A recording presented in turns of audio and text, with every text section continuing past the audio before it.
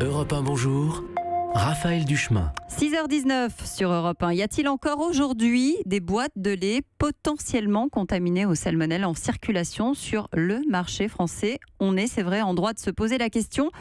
Bonjour Karine Jacquemart. Bonjour. Merci d'être avec nous. Vous êtes directrice de l'ONG Foodwatch. On apprend ce matin que les pharmacies aussi ont laissé en rayon des boîtes de lait produites par le groupe Lactalis, ainsi que des hôpitaux, des crèches, des grossistes, malgré les appels au retrait des autorités avec les numéros de lot.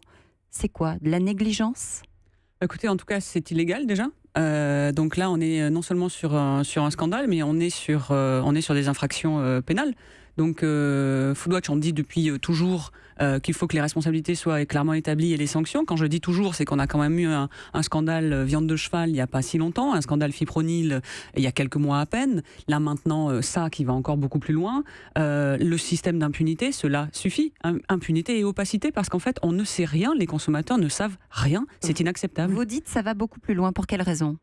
Parce que là, c'est toute la chaîne de bout en bout qui est concernée? Oui, absolument. C'est-à-dire que là, j'ai envie de dire, la cerise sur le gâteau, c'est quand même cette histoire de rappel qui n'est pas appliquée, ce qui, encore une fois, est parfaitement illégal. Et surtout, on parle quand même de produits dangereux pour la santé qui sont donnés à des nourrissons.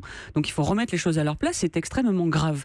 Mais avant cela, il faut remonter à toute la chaîne, à tout l'historique. Quand est-ce que cela commence, ce scandale? Mais finalement, cela commence en 2005.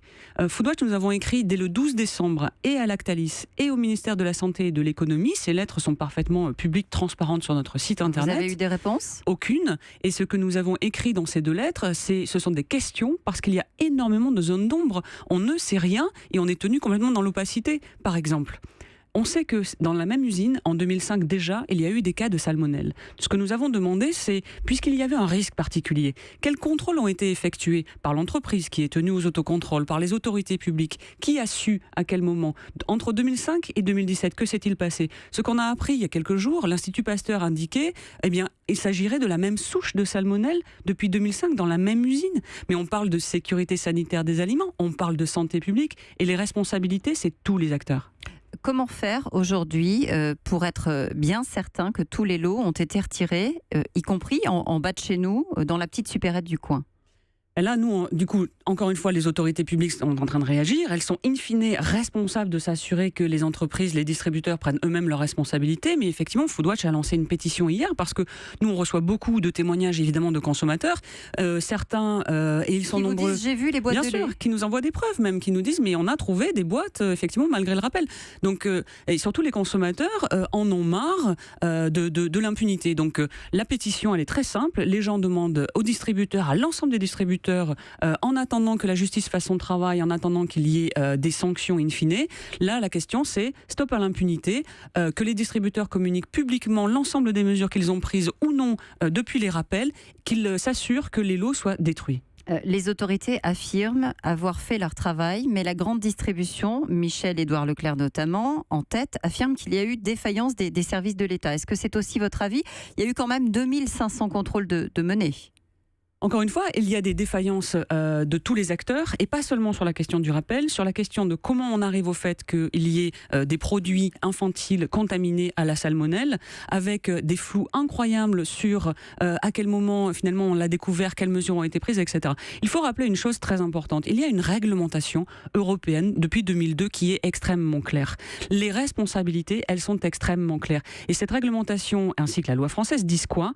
Disent que à la fois tous les acteurs de l'industrie agroalimentaire, producteurs, importateurs, distributeurs et les autorités publiques, bien sûr, sont obligés de s'assurer qu'il n'y a pas de produits dangereux pour la santé commercialisés, sont également obligés, si vous voulez, de communiquer au fur et à mesure sur cette chaîne de traçabilité. Donc on parle de prévention qui n'est pas assurée, il y a eu des failles de l'ensemble des acteurs manifestement, et on parle ensuite de gestion de la crise. Et au-delà de la dangerosité... Est-ce que les industriels sont en première ligne? Est-ce que l'État est en première ligne? Ou est-ce que Lactalis est en première ligne? C'est précisément ce que j'essaie d'expliquer. Ils sont tous en première ligne, car ils ont tous des responsabilités, chacun à leur niveau, et c'est l'ensemble de ces responsabilités collectives qui font que normalement, les citoyens, les consommateurs devraient être protégés. Nous ne sommes pas protégés, ce n'est pas acceptable, on est quand même en France en 2018, il faut que la réglementation s'applique. Agnès Buzyn, la ministre de la Santé, sera là tout à l'heure. Qu'est-ce que vous lui dites ce matin? Je suis ravie qu'elle vienne parler dans les médias parce qu'il y a quelques jours encore, elle disait ne pas avoir à faire de commentaires. C'est une question de santé publique. Il est extrêmement important, il est essentiel effectivement que les autorités publiques jouent leur rôle et protègent véritablement les citoyens. On voit là, moi je suis ravie du sursaut du gouvernement depuis hier, mais c'est très tardif. Donc il faudra que toute la lumière soit faite sur finalement les choses qui auraient pu et dû être faites avant qui ne l'ont pas été. Maintenant évidemment on est encore dans la crise. Les parents sont complètement démunis parce qu'ils ne savent plus quoi acheter, ils ne savent plus quoi croire. Donc c'est très bien qu'elle intervienne. C'est plus qu'urgent. Karine Jacquemart, est-ce que ça doit nous amener au final, parce que vous l'avez rappelé, il y a eu d'autres scandales avant cela, à changer notre manière de procéder au contrôle quand on parle d'alimentation ? Bien sûr.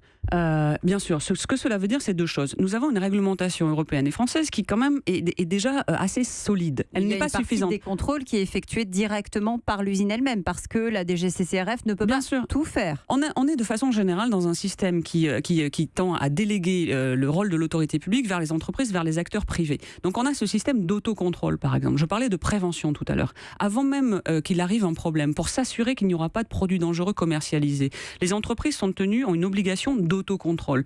Très bien, parce que l'État ne peut pas être partout tous les jours non plus. Mais encore faut-il que l'État contrôle que les entreprises font leur boulot de contrôle. Vous voyez ce que je veux dire ? Ce n'est pas la responsabilité de l'un ou de l'autre. C'est une chaîne d'obligations qui fait que, in fine, nous, consommateurs, on doit juste se sentir protégés. Et quand on va acheter nos aliments, on n'a pas à se poser la question normalement de savoir, surtout que c'est invisible à l'œil nu, est-ce que le produit est contaminé ou non. Donc il faut que chaque acteur joue son rôle et il va falloir là vraiment que les sanctions tombent parce que cela suffit l'impunité. On n'en est pas au premier scandale et on n'a pas vu beaucoup de sanctions sur les scandales ces dernières années. Merci Karine Jacquemart d'être venue ce matin sur Europe 1. Europe 1.